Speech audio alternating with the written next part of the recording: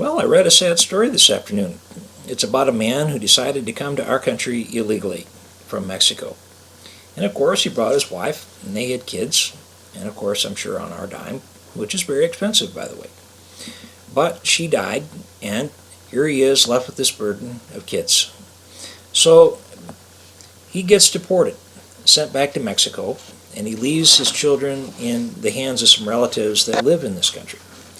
Well, the problem is that the family cannot raise the children because they can't afford it. So they risk being the product of our foster care system. And again, we pay for that. Another problem with illegal immigration.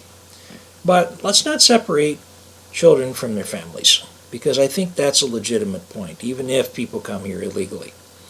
There may be and is a problem with birthright citizenship, and this is just one example. The 14th Amendment clearly hinges the qualification on subject to the jurisdiction thereof. It turns out that it does not always apply to foreign diplomats whose children are born in this country.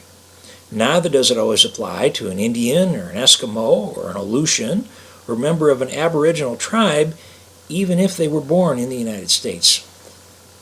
Mexican law clearly provides that when two Mexican nationals have children outside of the Mexican state, they are automatically deemed citizens of Mexico, therefore subject to the jurisdiction of Mexico and its laws. Technically, their nationality at birth should be the same as their parents. We might be able to clarify the law so that it's understood their children can be deported with the parents even if they are born here.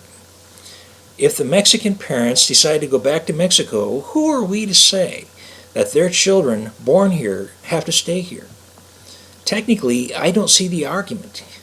I do see the argument that Mexico would have every legitimate right to expect us to return the children with their parents, even if there were some legal issues in this country that involve their parents, and their children are hardly stateless if their citizenship is recognized in Mexico.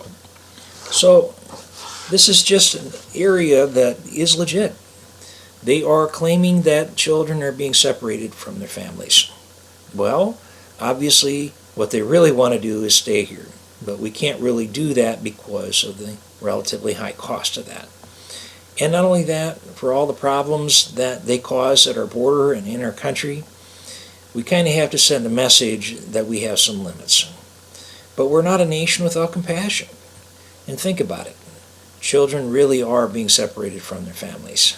And we can do something about it just simply by changing our laws. Thank you.